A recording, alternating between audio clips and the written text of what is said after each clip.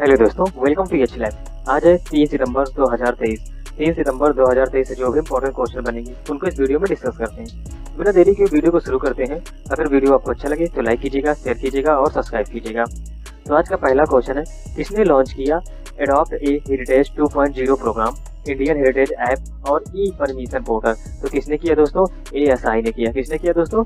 ASI ने किया। ठीक है, किसने लॉन्च किया दोस्तों? ASI ने लॉन्च किया। ठीक है, अब इसके बारे में थोड़ी जानकारी लेते हैं।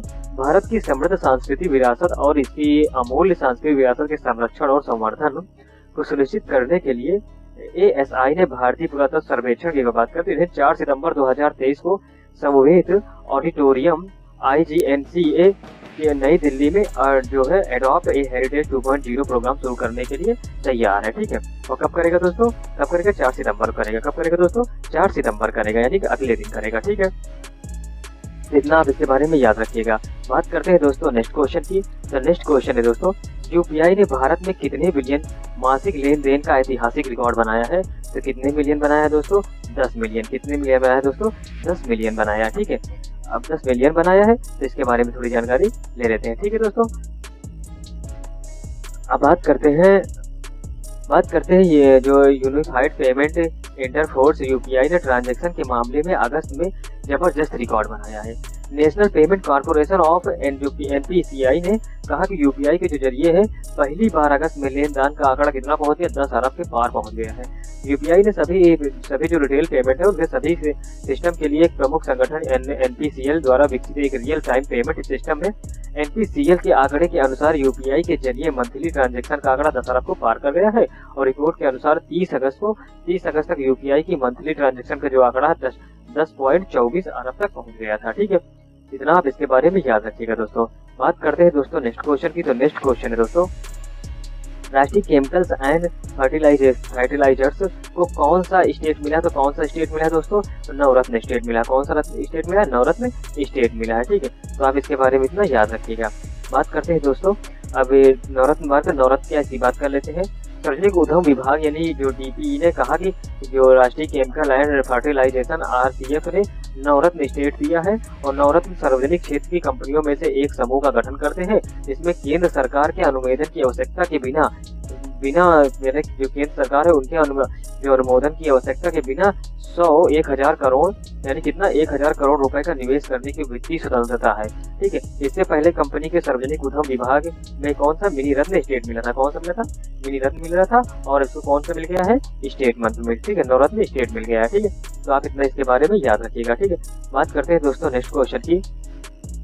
तो नेक्स्ट क्वेश्चन है, किसके व्यापार बढ़ाने हेतु भारत अमेरिका स्टॉक फोर्स की शुरुआत हुई है? तो किसके दोस्तों? इलेक्ट्रॉनिक्स की। किसके? इलेक्ट्रॉनिक्स है। ठीक है, कौन है दोस्तों? इलेक्ट्रॉनिक्स व्यापार है। ठीक है, अब बात आई इलेक्ट्रॉनिक्स व्यापार की, तो इसके बारे में थोड़ी जानकारी ले लेते हैं। बात करते हैं इलेक्ट्रॉनिक्स व्यापार बढ़ाने के लिए भारत अमेरिका ने, ठीक है, यानी भारत अमेरिका ने स्टॉक फोर्स की शुरुआत की गई है जिसका लक्ष्य है 1 दशक के भीतर दोनों देशों के बीच इलेक्ट्रॉनिक व्यापार 100 अरब डॉलर तक बढ़ाना है। India cellular and electronics association यानी ICEA ने लॉन्च मीटिंग आयोजित की है।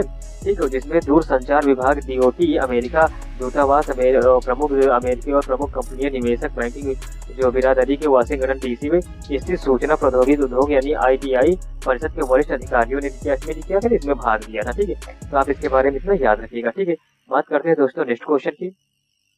तो जो नेक्स्ट क्वेश्चन है दोस्तों, नेक्स्ट क्वेश्चन है ACI कप 2023 कब शुरू हुआ? कब हुआ दोस्तों? 30 अगस्त को हुआ और कब तक चलेगा? 17 सितंबर तक चलेगा। ठीक है, कब हुआ था? 30 अगस्त को हुआ है। ठीक है दोस्तों, अब 30 अगस्त को हुआ है तो इसके बाद थोड़ी जानकारी ले लेते हैं। बात करते हैं, दुनिया भर में क्रिकेट फैंस तो इस मैच का इंतजार कर रहे थे और भारतीय और पाकिस्तानी क्रिकेट बोर्ड के बीच महीनों की बातचीत बाद एशिया कप 2023 का आधिकारिक कार्यक्रम सामने आया है। बात करते हैं टूर्नामेंट एशिया कप 2023 जिसमें श्रीलंका, अफगानिस्तान, बांग्लादेश और नेपाल के साथ मेजबान देश के रूप में पाकिस्तान भी शामिल है और इस त्रिवर्षीय एक दिवसीय प्रतियोगिता में 13 मैचों का रोमांचक ठीक है लाइनअप का वादा करता है। ठीक है, अगर बात करते हैं मेजबानी देश कौन सा? पाकिस्तान है, 4 मैच और श्रीलंका फाइनल। ठीक है, फाइनल सहित 9 मैच होगा। ठीक है, प्रारंभिक तिथि कब है? 30 अगस्त था जो कि शुरू हो गया है और अंतिम कब है? 17 सितंबर 2023 है। कुल टीम 6 है और कुल मैच कितने हैं? 13 है। ठीक है, इतना आप इसके बारे में याद रखिएगा। ठीक है, बात करते हैं दोस्तों नेक्स्ट क्वेश्चन की। तो जो नेक्स्ट क्वेश्चन है, कॉर्पोरेट फाइनेंस ब्यूरो PIB का कार्यभार संभाला है, तो वो कौन है दोस्तों? वो दोस्तों कौन है? वो कौन है? मनीष देसाई है। कौन है दोस्तों? मनीष देसाई है। ठीक, कौन है दोस्तों? मनीष देसाई है। ठीक है, अब मनीष देसाई है तो इनके बारे में थोड़ी जानकारी ले लेते हैं। ठीक है, अब बात करते हैं मनीष देसाई। ठीक है, बात करते हैं मनीष देसाई जो 1989 में प्रारंभिक सूचना सेवा IIS के प्रतिष्ठित अधिकारी ने अपने करियर में कई महत्वपूर्ण भूमिकाओं को संभाला है। इन्होंने CBC के प्रमुख पदभार संभाला और सरकार के विज्ञापन और सार्वजनिक संचार अंश की निगरानी की है। ठीक है, इनकी जिम्मेदारी में विभिन्न मीडिया प्लेटफॉर्म का संचार गतिविधियों का एक बड़ा स्पेक्ट्रम शामिल था, जैसे प्रिंट हो गया, इलेक्ट्रॉनिक हो गया, आउटडोर हो गया, ट्रांजिट हो गया। ठीक है, ट्रांजिट हो गया और नई मीडिया। ठीक है, तो आप इनके बारे में इतना याद रखिएगा। ठीक है दोस्तों, बात करते हैं दोस्तों नेक्स्ट क्वेश्चन की। तो जो नेक्स्ट क्वेश्चन है बात करते हैं नेक्स्ट क्वेश्चन तो क्या है? अगस्त में GST संग्रह कितने लाख करोड़ के पार पहुंचा? तो दोस्तों कितने लाख करोड़ पहुंचा? 1.59 लाख करोड़। कितना दोस्तों? 1.59 लाख करोड़ के पार पहुंचा। ठीक है, तो आप इसके बारे में इतना याद रखिएगा। ठीक है, बात करते हैं।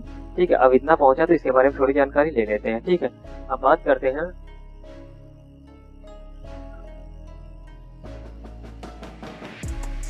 करते हैं सरकार द्वारा की गई आंकड़ों के मुताबिक 2023-31 GST लगभग 1.59069 करोड़ रुपए रहा है और इसमें केंद्रीय GST 28.328 करोड़ रुपए रहा। ठीक है, अगर बात करते हैं राज्य GST में 35,794 करोड़ रुपए की थी।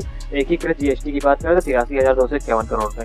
माल के आयात और एकत्र 43,550 करोड़ रुपए सहित और 11,695 करोड़ रुपए माल के आयात पर एकत्र 1,016 करोड़ रुपए सहित उपकार है। ठीक है, जितना GST प्राप्त हुआ है। ठीक है दोस्तों, तो आप इसके बारे में इतना याद रखिएगा।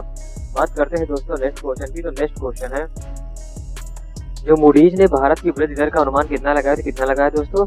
6.7% लगाया। कितना लगाया दोस्तों? 6.7%। ठीक है, कितना लगाया था दोस्तों? 6.7% लगाया। ठीक है, अब 6.7% लगाया है तो बात कर लेते हैं। बात करते हैं रेटिंग एजेंसी मूडीज जो इन्वेस्टर्स है सर्विस के लिए मजबूत आर्थिक गति के चलते हुए 2023 कैलेंडर वर्ष के लिए भारत की वृद्धि का अनुमान बढ़ाकर 6.7% कर दिया है। जो मूडीज ने अपने ग्लोबल मैक्रो आउटलुक में कहा कि जो मजबूत सेवाओं के विस्तार तथा पूंजीगत व्यय में भारत की दूसरी है और जो कि अप्रैल-जून तिमाही में एक साल पहले की तुलना में 7.8% का वास्तविक GDP वृद्धि को प्रेरित कर रहा है। इसलिए हमने भारत के लिए 2023 कैलेंडर वर्ष की वृद्धि का जो अनुमान है 5.5% से बढ़ाकर कितना कर दिया? तो उसने 6.7 कर दिया। यानी पहले कितना था? 5.5 बता रहा था, अब कितना बता? 6.7% बता रहा। ठीक है, रेटिंग एजेंसी ने कहा कि दूसरी तिमाही के बेहतर प्रदर्शन में उच्च आधार प्रदान करता है। हमने रेटिंग एजेंसी ने कहा कि अपना जो 2024 का वृद्धि अनुमान है 6.5% से घटाकर 6.1% कर दिया है। ठीक है, तो इतना आप इसके बारे में याद रखिएगा। ठीक दोस्तों आज के लिए इतना ही। अगर वीडियो आपको अच्छा लगा हो तो लाइक कीजिएगा, शेयर कीजिएगा और सब्सक्राइब